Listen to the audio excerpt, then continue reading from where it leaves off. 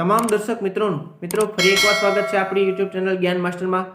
આજે આપણે ખૂબ જ પોલીસ કોન્સ્ટેબલ એક્ઝામ સ્પેશિયલના આઈપીસી, સીઆરપીસી, ઇન્ડિયન કોન્સ્ટિટ્યુશન અને ઇન્ડિયન એવિડન્સ એક્ટના મિત્રો અગત્યના ખૂબ જ મહત્વના પ્રશ્નો વિશે ચર્ચા કરવાના છીએ કે જે આવનારી પરીક્ષામાં છે। મિત્રો હવે છેલ્લી ઘડીએના આ લેક્ચરમાં આપણે આઈપીસી બંધારણ અને સીઆરપીસી ઇન્ડિયન કોન્સ્ટિટ્યુશન વિશે વાત કરીશું કે જે આ પરીક્ષામાં આપણે કામ લાગી શકે।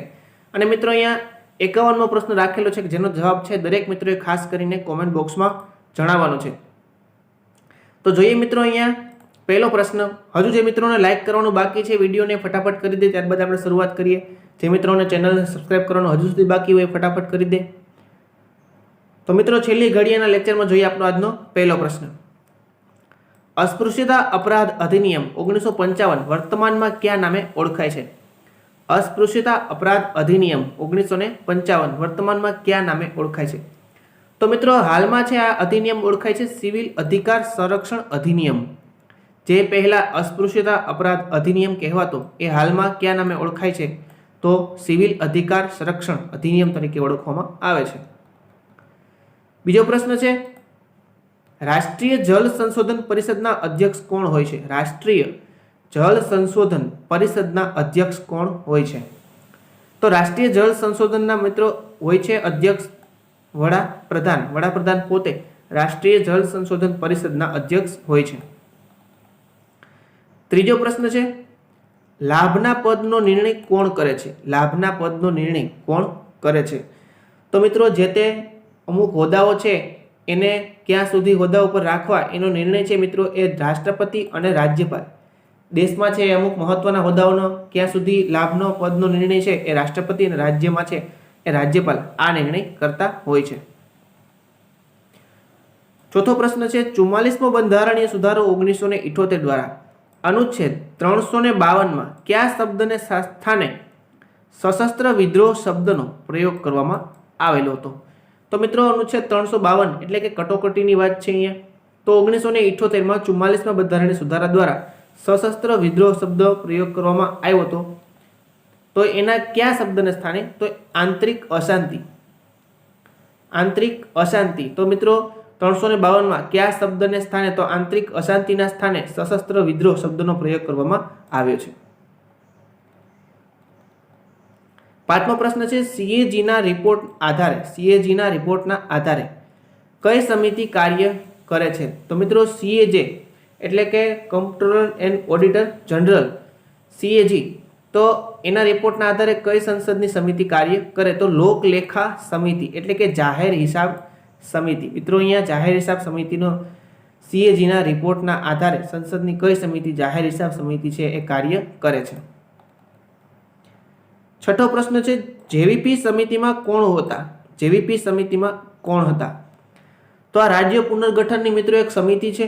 તો જેવીપી સમિતિની રચના કરવામાં આવેલી ત્યારે એમાં જે એટલે જવાહરલાલ નહેરુ, વી એટલે વલ્લભભાઈ પટેલ અને પી એટલે મિત્રો પટ્ટાભી સીતારામૈયા આવી સમિતિ બનાવવામાં આવેલી। જે એટલે જવાહરલાલ નહેરુ, વી એટલે થશે મિત્રો વલ્લભભાઈ અને પી એટલે થશે પટ્ટાભી સીતારામૈયા।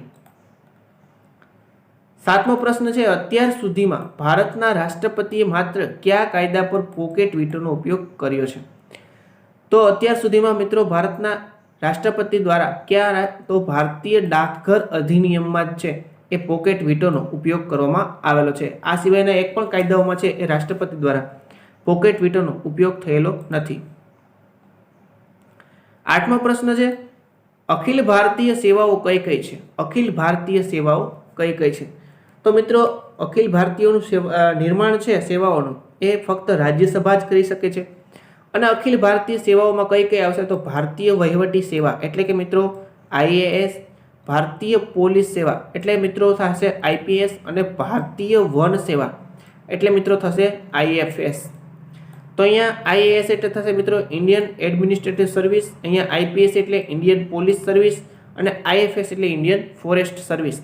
તો આ અખિલ ભારતીય સેવાઓ છે મિત્રો એ રાજ્યસભા સર્જન કરી શકે અને હાલ 3 જેટલી આપણી આ અખિલ ભારતીય સેવાઓ છે।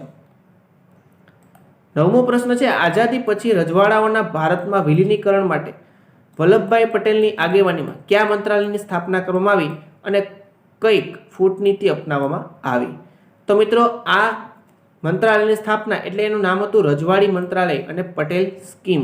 આવી શરૂઆત કરવામાં આવી જેથી દેશી રજવાડાઓ છે એ પોતે સ્વેચ્છાએ ભારતમાં ભળી જાય। તો આ પ્રકારની યોજના બનાવવામાં આવેલી હતી। 10મો પ્રશ્ન છે 1924 બ્રિટિશ સરકાર પાસે ભારતનું બંધારણ સભાની રચનાની માંગ કોણે કરી હતી? તો 1924 મિત્રો બ્રિટન દ્વારા એક અહેવાલ તૈયાર કરવામાં આવ્યો અને કહેવામાં આવ્યું કે ભારતીય લોકો છે એ પોતાનું બંધારણ બનાવવામાં અસક્ષમ છે। ત્યારે મોતીલાલ નહેરુ દ્વારા છે એ સૌપ્રથમ આ માંગણીને સ્વીકારી લેવામાં આવી અને પોતાની એક બ્લુ પ્રિન્ટ તૈયાર કરી કે જેને આપણે નહેરુ અહેવાલ તરીકે પણ ઓળખીએ છીએ। તો આ સભાની રચનાની માંગ કોણે કરી? તો મોતીલાલ નહેરુએ આ સભાની માંગ કરી હતી। 11મો પ્રશ્ન છે કઈ બાબતમાં રાજ્યસભા અને લોકસભાની જવાબદારી શક્તિઓ સમાન છે? કઈ બાબતમાં રાજ્યસભા અને લોકસભાની શક્તિઓ સમાન? તો મિત્રો અહીંયા બંધારણમાં સુધારો, બંધારણીય સુધારો મિત્રો અનુચ્છેદ આવશે 368 જેના દ્વારા છે બંધારણમાં સુધારો કરી શકાય છે। તો બંધારણીય સુધારો કરવા બાબતે રાજ્યસભા અને લોકસભાની શક્તિઓ સમાન છે। 12મો પ્રશ્ન છે કઈ બાબતમાં રાજ્યસભા અને લોકસભા કરતાં વધારે અધિકાર છે? તો મિત્રો આપણે આગળ વાત કરી એમ નવી અખિલ ભારતીય સેવાઓનું સર્જન કરવું, જેમ આપણે જોઈ આઈએએસ, આઈપીએસ અને આઈએફએસ જે 3 અખિલ ભારતીય સેવાઓનું સર્જન છે એ રાજ્યસભા કરી શકે। તો રાજ્યસભા અને લોકસભા કરતાં તેમાં વધારે અધિકાર મળેલો છે। 13મો પ્રશ્ન છે કઈ યોજના અનુસાર ભારતમાં વાઘને સંરક્ષણ પ્રાપ્ત છે? કઈ યોજના અનુસાર ભારતમાં? તો મિત્રો પ્રોજેક્ટ ટાઈગર 1972-73 આ યોજના અંતર્ગત છે મિત્રો સૌપ્રથમ આપણું પ્રાણી હતું રાષ્ટ્રીય પ્રાણી સિંહ હતું, પરંતુ વાઘની વસ્તી છે એ જોખમમાં મુકાતા ત્યારબાદ છે એ પ્રોજેક્ટ ટાઈગર 1972-73 લોન્ચ કરવામાં આવ્યો અને સિંહને છે એ ત્યારબાદ રાષ્ટ્રીય પ્રાણીમાંથી હટાવી અને વાઘને ભારતનું રાષ્ટ્રીય પ્રાણી જાહેર કરવામાં આવેલું હતું। 14મો પ્રશ્ન છે કઈ રીત ગેરકાયદેસર સરકારી હોદ્દાના પચાવી પાડવાના વિરુદ્ધમાં કહેવામાં આવે છે? કઈ રીત ગેરકાયદેસર સરકારી હોદ્દાને પચાવી પાડવાના વિરુદ્ધમાં કહેવામાં આવે છે? તો મિત્રો એ રીત છે ક્વો વોરંટો। ક્વો વોરંટો હાઈકોર્ટ અને સુપ્રીમ કોર્ટ મિત્રો 5 પ્રકારની રીત બહાર પાડી શકે છે। ખાસ યાદ રાખજો કેટલા પ્રકારની? તો 5 પ્રકારની રીતો છે એ બહાર પાડી શકે છે। 15મો પ્રશ્ન છે કઈ સમિતિ ન્યાય પંચાયતની સ્થાપનાની ભલામણ કરી હતી? કઈ સમિતિએ ન્યાય પંચાયતની? મિત્રો અહીંયા આપણે ઓપ્શન નથી રાખેલા, એનું કારણ એ છે કે ઓપ્શનમાં છે એ તમારે થોડી ભૂલ પડવાની શક્યતા વધારે છે। અહીંયા આપણે સીધા જવાબ જ રાખેલા છે જેથી તમને સીધું છે એ તમારા મગજમાં આની પ્રિન્ટ છે એ બેસી જાય। કઈ સમિતિએ ન્યાય પંચાયતની સ્થાપનાની ભલામણ કરી હતી? તો અશોક મહેતા સમિતિએ છે મિત્રો એ શેની? તો ન્યાય પંચાયતની છે એ ભલામણ કરેલી હતી।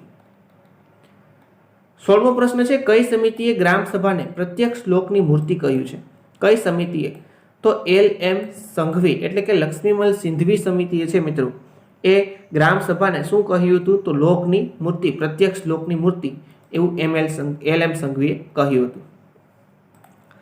17મો પ્રશ્ન છે કઈ સમિતિએ પંચાયતો માટે દર 5 વર્ષે નાણાં પંચની નિમણૂકની જોગવાઈ કરી? તો કઈ સમિતિ?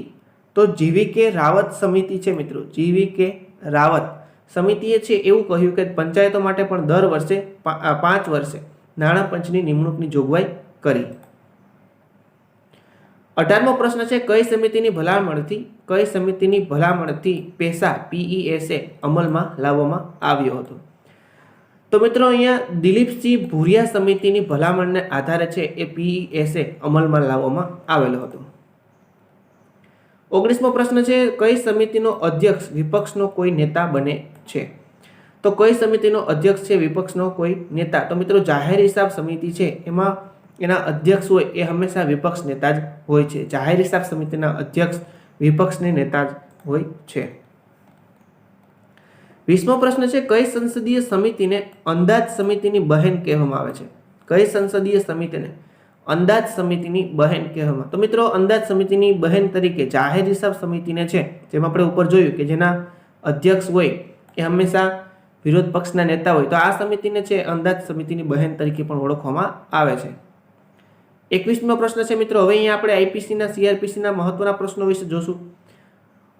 કોગ્નિઝેબલ ગુનો એટલે કેવો ગુનો? કોગ્નિઝેબલ એટલે કોગ્નિઝેબલ ગુનો એટલે કેવો ગુનો? તો પોલીસ અધિકાર ક્ષેત્રનો ગુનો, પોલીસ અધિકાર ક્ષેત્રનો ગુનો કે જેને કોગ્નિઝેબલ ગુના તરીકે ઓળખવામાં આવે છે.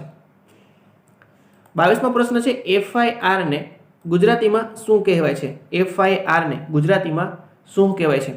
તો મિત્રો FIR એટલે આપણે એનું ફૂલ ફોર્મ જોઈ લઈએ તો ફર્સ્ટ ઇન્ફોર્મેશન રિપોર્ટ. તો અહીંયા એમને ગુજરાતીમાં કહેવાશે મિત્રો પ્રથમ દર્શનીય અહેવાલ. પ્રથમ દર્શનીય અહેવાલ. તો FIR ને ગુજરાતીમાં શું કહેવાય? પ્રથમ દર્શનીય અહેવાલ. 23મો પ્રશ્ન છે જે કેસમાં પોલીસ વગર વોરંટે ધરપકડ કરી શકે તેને કેવો ગુનો કહેવાય? જે કેસમાં પોલીસ વગર વોરંટે ધરપકડ કરી શકે તેને કેવો ગુનો કહેવાય? તો મિત્રો એમને કોગ્નિઝેબલ ગુનો તરીકે ઓળખવામાં આવે છે. 24મો પ્રશ્ન છે ફરિયાદની તપાસ કોણ કરે છે? ફરિયાદની તપાસ કોણ કરે છે? તો ફરિયાદની તપાસ કરે છે મિત્રો મેજિસ્ટ્રેટ અથવા તેમના દ્વારા નિમાયેલ વ્યક્તિ. ફરિયાદની તપાસ કોણ કરે? તો મેજિસ્ટ્રેટ અથવા તેમના દ્વારા નિમાયેલ વ્યક્તિ છે એ ફરિયાદની તપાસ કરતા હોય છે. 25મો પ્રશ્ન છે 2 વર્ષથી ઓછી સજા. 2 વર્ષથી ઓછી સજાને પાત્ર કેસને કેવો કહેવાય? તો 2 વર્ષથી ઓછી સજાને પાત્રને કેસને કેવો કહેવાય મિત્રો? તો સમન્સ કેસ. સમન્સ કેસ તરીકે છે એ 2 વર્ષથી ઓછી સજાને પાત્ર કેસ હોય એમને કહેવામાં આવે છે. 26મો પ્રશ્ન છે જાહેરનામું પ્રસિદ્ધ કરીને કોણ મેટ્રોપોલિટન વિસ્તાર બનાવી શકે છે? જાહેરનામું પ્રસિદ્ધ કરીને કોણ? તો મિત્રો રાજ્ય સરકાર છે એ જાહેરનામું પ્રસિદ્ધ કરીને અને કેવો વિસ્તાર? તો મેટ્રોપોલિટન વિસ્તાર છે એ બનાવી શકે છે. 27મો પ્રશ્ન છે ઇન્ડિયન એવિડન્સ એક્ટ કાયદો કોને ઘડ્યો? તો જેમ્સ સ્ટીફન્સ નામના વ્યક્તિએ છે મિત્રો એ ઇન્ડિયન એવિડન્સ એક્ટ કાયદો ઘડેલો હતો. 28મો પ્રશ્ન છે ઓળખ પરેડ કોણ કરાવી શકે? ઓળખ પરેડ કોણ કરાવી શકે? તો મિત્રો મામલતદાર છે એ ઓળખ પરેડ કરાવી શકે છે. 29મો પ્રશ્ન છે પ્રાથમિક પુરાવાનો ઉલ્લેખ કઈ કલમમાં છે? પ્રાથમિક પુરાવાનો ઉલ્લેખ તો કલમ નંબર 62માં મિત્રો પ્રાથમિક પુરાવા અંગેની સ્પષ્ટતા આપેલી છે. 30મો પ્રશ્ન છે મરણોન્મુખ નિવેદન કોણ નોંધી શકે છે? મરણોન્મુખ નિવેદન કોણ નોંધી શકે? તો મામલતદાર જ છે મિત્રો એ મરણોન્મુખ નિવેદન છે એ નોંધી શકે છે. 31મો પ્રશ્ન છે ગૌણ પુરાવાનો ઉલ્લેખ કઈ કલમમાં છે?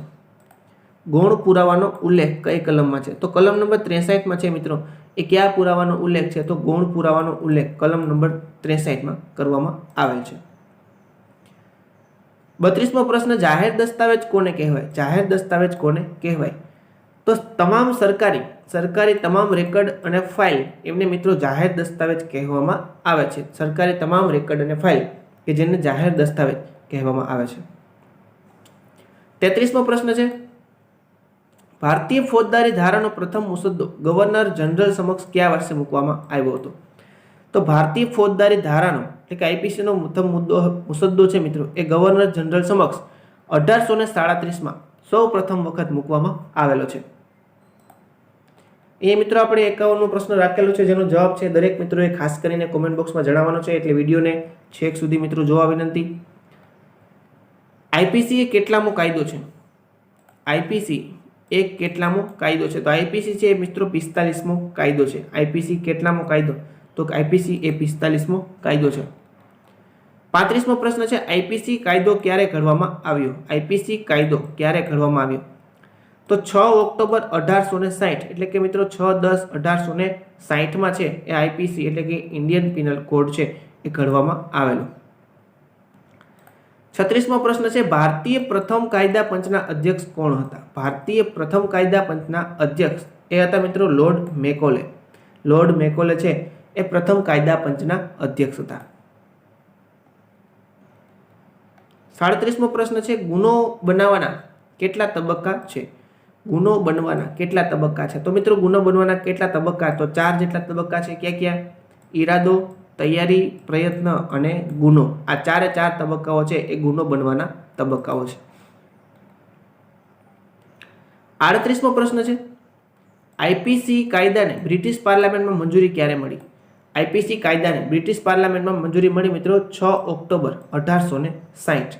આઈપીસી કાયદાને બ્રિટિશ પાર્લામેન્ટમાં ક્યારે? તો 6/10/1860માં એમને મંજૂરી મળેલી. જોઈએ 39મો પ્રશ્ન, આઈપીસી કાયદો ઘડાયો ત્યારે શિક્ષાના કેટલા પ્રકાર હતા? આઈપીસી કાયદો ઘડાયો ત્યારે શિક્ષાના ટોટલ મિત્રો 6 પ્રકાર હતા. આઈપીસી કાયદો ઘડાયો ત્યારે શિક્ષાના કેટલા પ્રકાર? તો 6 પ્રકાર હતા.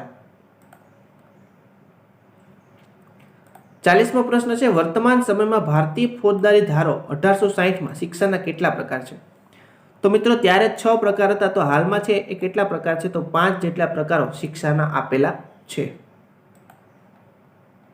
41મો પ્રશ્ન છે, ચુકાદો સીઆરપીસી નું કેટલામું પ્રકરણ છે? ચુકાદો એ સીઆરપીસી નું કેટલામું? તો પ્રકરણ નંબર 27 છે મિત્રો, એ ચુકાદાઓ અંગેનું સીઆરપીસી માં આપેલું છે.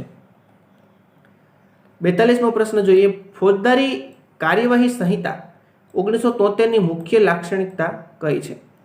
તો ફોજદારી કાર્યવાહી સંહિતાની 1973 ની મુખ્ય લાક્ષણિકતા છે મિત્રો કારોબારીમાંથી ન્યાયતંત્રનું વિભાજન. કારોબારીમાંથી ન્યાયતંત્રનું વિભાજન એ 1973 ફોજદારી કાર્યવાહી સંહિતા 73 ની મુખ્ય લાક્ષણિકતા છે.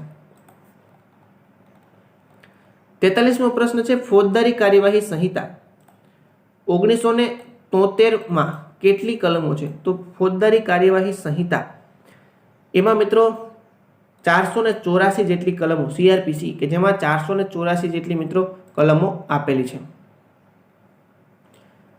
44મો પ્રશ્ન છે, આઈપીસીના કયા પ્રકરણમાં રાજ્ય સેવકના કાયદેસરના અધિકારનો તિરસ્કાર કરવા વિશેનો ઉલ્લેખ કરવામાં આવેલો છે? તો રાજ્ય સેવકના કાયદેસરના અધિકારનો તિરસ્કારનો ઉલ્લેખ મિત્રો પ્રકરણ 10માં કરવામાં આવેલો છે. કયા પ્રકરણમાં? તો પ્રકરણ 10માં આ બાબતનો ઉલ્લેખ થઈ ગયેલો છે.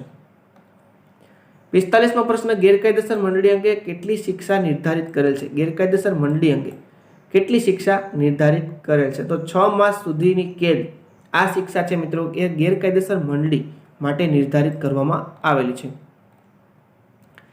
46મો પ્રશ્ન છે, આઈપીસી 1860 ના પ્રકરણ 6 માં કેટલી કલમનો સમાવેશ થાય છે?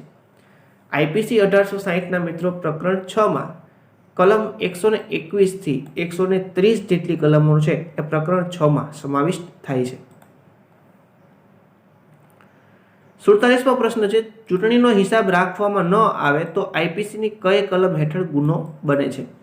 તો ચૂંટણીનો હિસાબ ન રાખવામાં આવે મિત્રો તો આઈપીસીની કલમ 171I અંતર્ગત એમની સામે આઈપીસી હેઠળ ગુનો નોંધવામાં આવે છે. 48મો પ્રશ્ન છે, ભારતીય પુરાવા અધિનિયમ પ્રકરણ 1 નું નામ શું છે? ભારતીય પુરાવા અધિનિયમ પ્રકરણ 1 નું નામ છે મિત્રો પ્રારંભિક, એટલે કે જે પણ બાબતો છે પ્રારંભની એ ભારતીય પુરાવા અધિનિયમમાં પ્રારંભિક એ પ્રથમ નંબરનું પ્રકરણ છે. 49મો પ્રશ્ન છે, ભારતીય પુરાવા અધિનિયમના કયા ન્યાયાલયમાં લાગુ ના પડી શકે? ભારતીય પુરાવા અધિનિયમ કયા ન્યાયાલયમાં લાગુ ના પડે? તો મિત્રો લશ્કરી કોર્ટ છે કે જેમાં ભારતીય પુરાવા અધિનિયમ છે એ લાગુ પડતો નથી. ક્યાં? તો લશ્કરી કોર્ટમાં. અને 50મો પ્રશ્ન છે, ભારતીય પુરાવા અધિનિયમની કઈ કલમ મુજબ વાદગ્રસ્ત હકીકતો અને પ્રસ્તુત હકીકતોના પુરાવા આપી શકાશે? ભારતીય પુરાવા અધિનિયમની કઈ કલમ મુજબ વાદગ્રસ્ત હકીકતો અને પ્રસ્તુત હકીકતોના પુરાવા આપી શકાય? તો કલમ નંબર 5માં મિત્રો આ બાબતની છે એ જોગવાઈ કરવામાં આવેલી છે. કલમ નંબર 5માં કે જે વાદગ્રસ્ત હકીકતો અને પ્રસ્તુત હકીકતોના પુરાવા આપી શકાશે. અને મિત્રો અહીંયા આપણો કોમેન્ટ ક્વેશ્ચન કે જેનો જવાબ છે એ દરેક મિત્રોએ ખાસ કરીને કોમેન્ટ બોક્સમાં જણાવવાનો છે, જેથી મિત્રો એ ખ્યાલ આવે કે આઈપીસીમાં છે એ તમારું લેવલ કેવું છે. કોમેન્ટ ક્વેશ્ચન છે મિત્રો જેનો જવાબ દરેક મિત્રો ખાસ કરીને કોમેન્ટ બોક્સમાં જણાવે. કેટલાથી વધારે વ્યક્તિઓ ભેગા મળીને લૂંટ કરવાની કોશિશ કરે તો દરેક વ્યક્તિએ અને તેને મદદ કરતી વ્યક્તિ ધાડ પાડી ગણાય? કેટલાથી વધારે વ્યક્તિઓ મિત્રો ભેગા મળીને લૂંટ કરવાની કોશિશ કરે તો દરેક વ્યક્તિએ અને તે મદદ કરતી વ્યક્તિ એ ધાડ પાડી ગણાય? તો મિત્રો અહીં ઓપ્શન છે 6, 4, 8 કે પછી 5. આનો જે પણ કંઈ જવાબ આવે ખાસ કરીને દરેક મિત્રો છે કોમેન્ટ બોક્સમાં જણાવે. તો મિત્રો આ હતા IPC CrPC Indian constitution Indian evidence એક્ટના મહત્વના પ્રશ્નો કે જે આવનારી પોલીસ કોન્સ્ટેબલની પરીક્ષામાં તમને ખૂબ જ અને ખૂબ જ સારા માર્ક્સ છે એ અપાવી શકે. તો થેન્ક યુ મિત્રો પૂરેપૂરો વિડીયો જોવા બદલ. અમારો વિડીયો કેવો લાગ્યો એનો અભિપ્રાય પણ તમે કોમેન્ટ બોક્સમાં અમને જણાવી શકો છો, જેથી અમને પણ ખ્યાલ આવી શકે. તો વિડીયોને જે મિત્રોને હજુ લાઇક કરવાનું બાકી ફટાફટ કરી દે, ચેનલને સબસ્ક્રાઇબ કરવાનું બાકી હોય તો કરી દે. તો મળીએ મિત્રો આગળના મહત્વના બીજા વિડીયોમાં. Thank you. પૂરેપૂરો વિડીયો જોવા બદલ તમારો ખૂબ ખૂબ આભાર.